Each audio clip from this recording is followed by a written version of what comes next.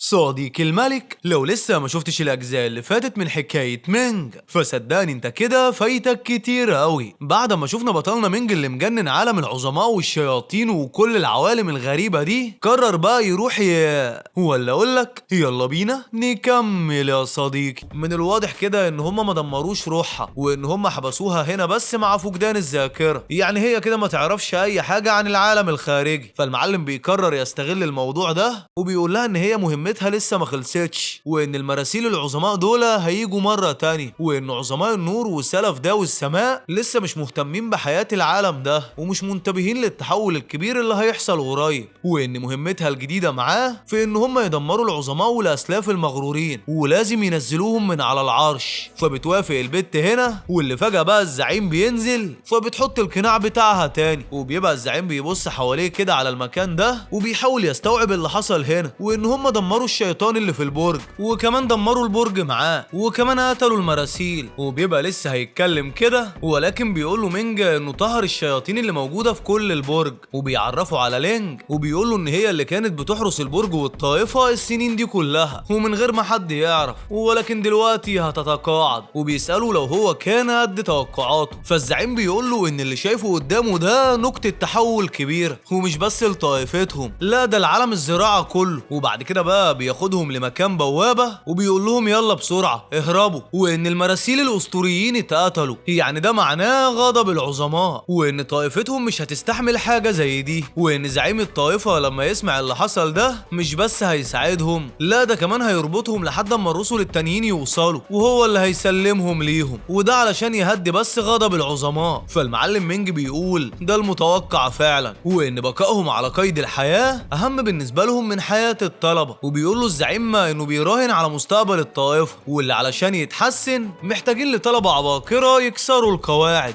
بدل ما يبقوا خدم لقوه العظماء. وبعد كده بقى بيفتح له بوابه يهرب منها، وبيقول له ان حتى زعيم الطائفه هيحتاج لنص ساعه علشان يفتحها تاني، ولكن ده هيكون وقت مناسب ان هم يهربوا. وفوق كمان غضب العظماء لسه عنده عائله لين واللي اكيد هتفضل وراه بعد ما ابنهم مات جوه واكيد هيطردوك. وبعد كده بقى بيسيبهم الزعيم وبيمشي، وبيبص مينج على المكان كده وبيوعد نفسه انه لو رجع لهنا تاني هيرد للشيخ الدين بتاعه. وبيقول للينج يلا بينا، وبتسأله هنا عن المكان اللي هيروحوه، فالمعلم بيقول لها مكان العظماء نفسهم ما يقدروش يوصلوا ليه، وبيبعدوا من البوابة بقى لطريق مهجور كده مليان سلاسل. والمعلم بيلاقي ان في نظامين، نظام السعي السماوي ونظام تطهير عالم العظماء. فالمعلم هنا بقى بيعرف ان سلف الدو وعظماء النور اتحركوا، الاتنين اتحركوا مع بعض وقفلوا عليه كامل مساحة الجحيم، واللي هو لازم بسرعة يحدد الثغرات في النظامين. وبعد كده بقى وهم ماشيين بيقابلهم عدد من الطلبة من الطائفة، واللي بيبقوا جايين بأمر من عيلة لين علشان يقبضوا عليه، وده علشان يسلموه لقاعة التأديب، وده لأنه لازم ياخد عقابه بعد ما قتل لينفان، ولو قوم القبض عليه هيبقى مصيره الموت. وبيقول له واحد منهم ارجع معانا احسن من غير مقاومة وخد عقابك. فالمعلم بيرفض ولسه هيمشي كده، ولكن بيقول له واحد منهم احنا معانا امر من الشماس لين، يعني لو رفضت ترجع معانا هنقتلك. وهم بينفذوا الاوامر وبيطلعوا السيوف بتاعتهم هنا بقى وبيعملوا مصفوفة كده بيحاصروهم جواها، والقائد بتاعهم بيقول له استسلم افضل ليك وانا هتكلم مع الشماس لين يخفف لك العقوبة. فالمعلم مينج بيقول لهم ان هما الاتنين عارفين انه لو رجع معاه النهارده مصيره هيكون الموت، وبيبقى المعلم ليه متردد كده انه يهاجمه، وبيقولوا واحد منهم لليه انت متردد كده ليه؟ احنا كتير وهنقدر عليه. فالمعلم مينج بيقول لهم من الواضح كده ان انتوا اخدتوا قراركم، فما عندوش اي حل غير انه يواجههم. وبيبص على التشكيل اللي عملوه حواليه ده، واللي بيبقى تشكيل قفل التنين النجمي، واللي ليه 7 نقاط بيخرج منها طاقة، ولكن بيتأخروا عن بعض ثانية واحدة، ودي بقى الثغرة بتاعتها. فالمعلم بيستغل الثغرة دي وبيتفادى الهجوم، وطبعا ده تحت صدمة الكل، وبيقول لهم ان هم خلاص فات الاوان ان هم يتراجعوا. والمعلم بيهجم عليهم بقى وبيكسر التشكيل ده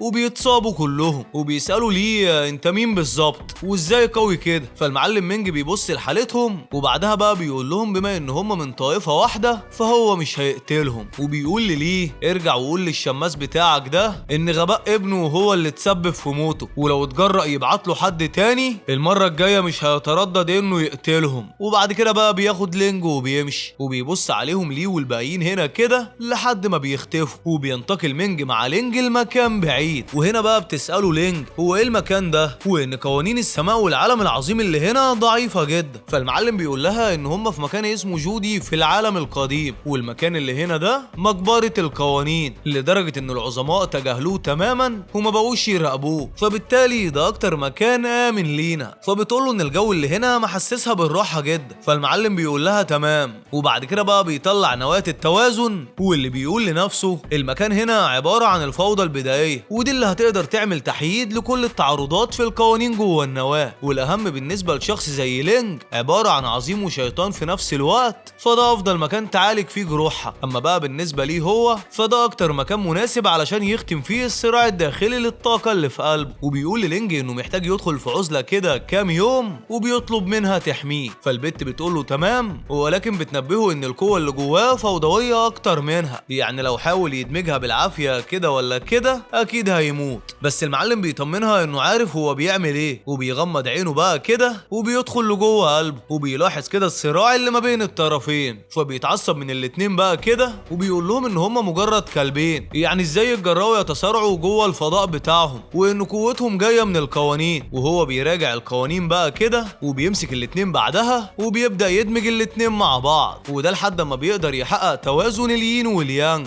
يا ابن اللعيبه. وهنا بقى بتزيد القوه جوه جسمه، وبيقول لنفسه هو ده الشكل الحقيقي للقوه العظيمه والشيطانيه، وان السلف وعظماء النور الاتنين بيسعوا للنظام النقي، ولكن محدش منهم يعرف مدى قوه الاندماج الصحيح. وبيبلغوا النظام هنا كده انه سيطر على قوه العظماء والشياطين بنسبه 100%، واللي بكده بقى اخترق المستوى الخامس من عالم النواه. والمعلم بيفتح عينه اخيرا بقى، وبينتبه للينج اللي بتبارك له انه نجح. فالمعلم بيسالها عن حالتها، فبتقول له ان هي استقرت، يعني احسن من الاول بكتير. فالمعلم بيقول لها انه ما يقصدش الاصابات، هو قصده هل افتكرت حاجه من ذكرياتها ولا لا. فبتقول له مجرد مقاطع فوضويه، يعني هي فاكره ضوء بس كده ملوش نهايه، ولكن منور مكان جميل جدا. فالمعلم بيقول لها كويس ان هي بتسترجع اي جزء حتى لو شيء بسيط من ذكرياتها، وممكن يكون في منهم ذكريات قاسيه عليها، يعني اكيد صعب تفتكرها، وحتى لو ما افتكرتش تفتح صفحه جديده. والمعلم بيطلع كتاب هنا بقى كده، وبيقول لها ان التقنيات القديمه ما تقدرش تحميهم، يبقى لازم يطلعوا اسلوب جديد يدوسوا بيه على اعدائهم بما فيهم العظماء. ولكن فجاه كده الارض بتتهز بيهم، وبيطلع تنين من تحت الارض، وبيظهر عدد من العصابات كمان، واللي بيبقوا فرحانين جدا مبهورين بظهور هيكل التنين، وبيقولوا دي فرصه ممتازه لينا. وبتقول له لينج العصابه دي عباره عن مجرمين منفيين هنا، يعني اكيد عايزين التنين ده. فالمعلم بيقول لها لا، هم مش جايين علشان كده، هم جايين لحاجه تانية اكبر بكتير. اما العصابه بقى فبتحاصر التنين. وبيخرج المعلم مينج ولينج،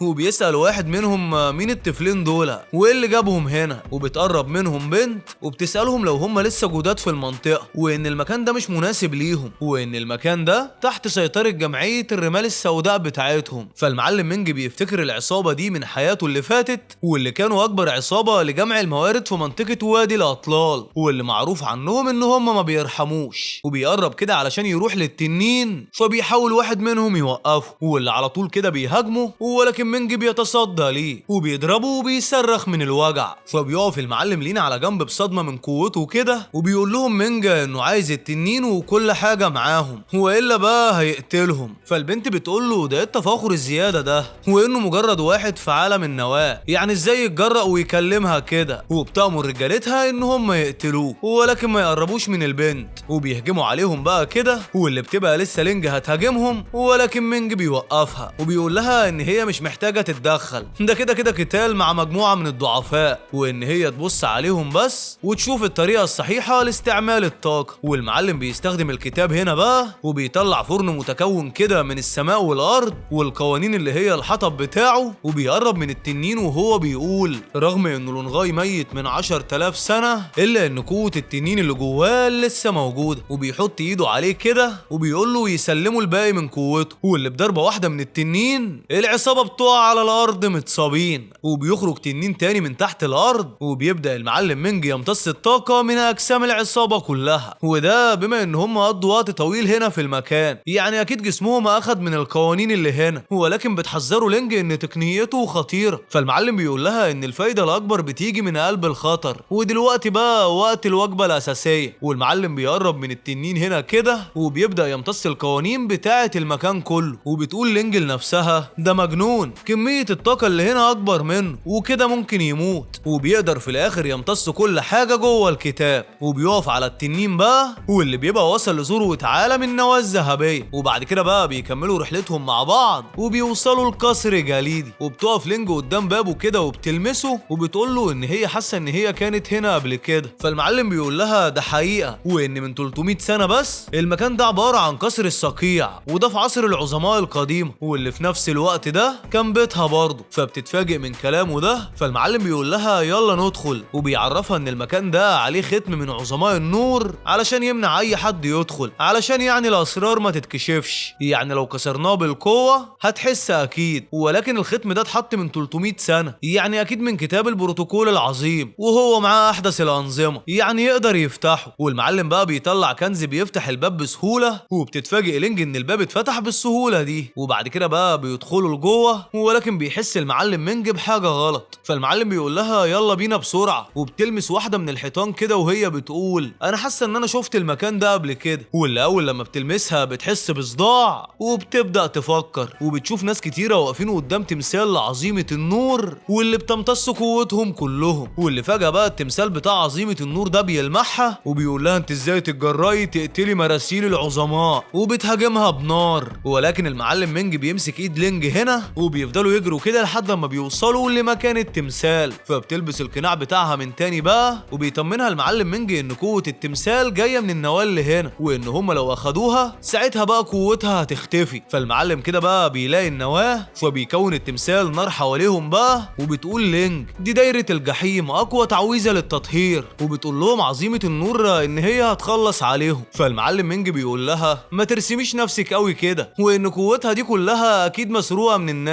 الناس الغلابه اللي هي بتعيش عليهم الدور. وبعد كده بقى بيمشي فوق النار وبيقرب منها، واللي بتبقى النار دي بتحرقه ولكن ما بيتراجعش، وبتعيط لينج عليه. اما هو بقى فاللي بيفعل الطاقه الشيطانيه كده وبيهاجم التمثال، وبياخد النواه وبيقول للينج تاخده بسرعه وتندمج معاه، وان دي قوتها. فبتتفاجئ بقى انه نجح يعدي من دايره الجحيم. فالمعلم بينبهها كده للنواه من تاني، فبتروح لها وبتندمج مع النواه، يعني ما شاء الله كده بترجع لقوتها من تاني، وبيتدمر التمثال. وبيتفاجئ المعلم مينج ان هي وصلت لذروة عالم الروح الناشئة. اما هي بقى فاللي بتقعد على الارض تعيط، وده بعد ما بتفتكر كل ذكرياتها. وبعد كده بقى بيقعدوا بره مع بعض، وبيسألها ايه انت احسن دلوقتي؟ فبتقول له لا، وان هي مش متصورة ان هي قتلت حد، وكمان اخدت جوهره علشان ترجع قوتها. فالمعلم بيقول لها بس ده حقك. فبتقول له ان هي مش زيه، هو بيكره سلف الداو وعايز ينتقم منه، انما هي لا، هي في يوم من الايام كانت من اكبر اتباع عظيمه النور، وباللي هي عملته من دقايق ده فهي دمرت كل الماضي بتاعها بنفسها. فالمعلم بيقول لها ما انت لو دمرت القديم تقدري تبني جديد، وبما ان القواعد القديمه بتخليها يائسه يبقى تصنع جديده. فالمعلمه بقى بتقول لنفسها هل فعلا الانتقام مش شرط يكون بدافع الحقد، ممكن يكون من دافع التغيير. وبعد كده بقى بيرجعوا من تاني كده لوادي الاطلال، وهناك المعلم مينج بيبدا يحاول كده يصنع سلاح او حتى اي تقنيه يقطع بيها القوانين القديمه، وده علشان يقضي بيها على السلف وعظيمه النور. والمعلم بيطلع الكتاب بقى كده وبيفعل قانون سيد البحيره، واللي بتطلع من دماغه كده سلاسل كتيره، وبتشوفه لينج بقى اللي بتبقى بتحميه، وبتتصدم من حركته دي، واللي هو مين مجنون يستعمل مهاره الاستيلاء بشكل مباشر كده، وان لو حصل غلط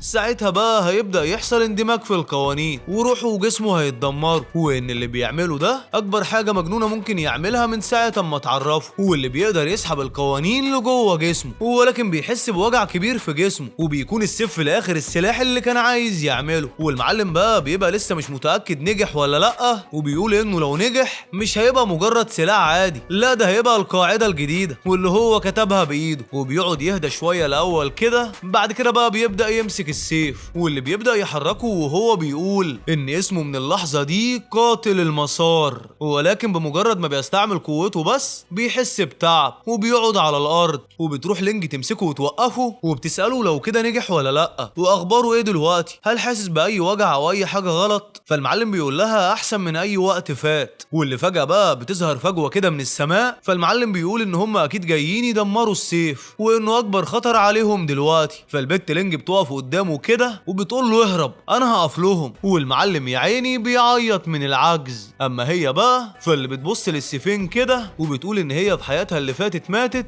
علشان ايمان مزيف، ولكن في حياتها دي هتموت علشان خاطر المعجزه اللي شافتها بعينيها، وان الموضوع يستحق المره دي. فالمعلم يا عيني كده بيعيط وهو بيرفض ان هي تضحي بنفسها وبيرفض ان هي تموت، وانه اخيرا لقى حد يبقى معاه، اخيرا لقى حد يصدقه. والمعلم بيمسك السيف بقى كده وبيهاجم بيه السيفين، واللي بيقطع السيف الاول لقطعتين بقى كده وبينفجروا في جبلين ورا لينج، واللي مش بتصدق انه قدر يقطع السيف سماوي وبيفجر التاني كمان بقى كده، وبيبقى المعلم مينج نفسه متفاجئ من السيف وان ليه اراده خاصه بيه، ولكن بيحس برضه بوجع جامد وبيكح دم كتير. فبتخاف لينج عليه بقى كده وبتروح له بسرعه. فالمعلم بيطمنها وبيقول لها انا كويس، وبيطلب منها ان هي ما تضحيش بنفسها تاني علشانه، وان هما لسه متعرفين على بعض. فبتقول له ان حتى هو عمل كده من دقايق وكان هيضحي بنفسه علشانها. فبيقول لها ما تنساش ان هي ساعدته قبل كده، ولكن عموما هما محتاجين يمشوا من هنا بسرعه لان خلاص مكانهم اتكشف. فالبت بتساله طيب هنروح فين؟ فالمعلم بيقول لها مكان محدش من العظماء هيتوقع ان احنا هناك، وده علشان حتى محرم عليهم هم، ولكن يا ترى المكان ده فين بالظبط، ويا ترى ايه اللي مستنيهم هناك؟ ده بقى اللي هنعرفه في الاحداث الجديده. واللي علشان يوصلك اشعار بالاحداث الجديده يبقى ظبط بقى الدنيا كده، لايك للفيديو واشترك في القناه،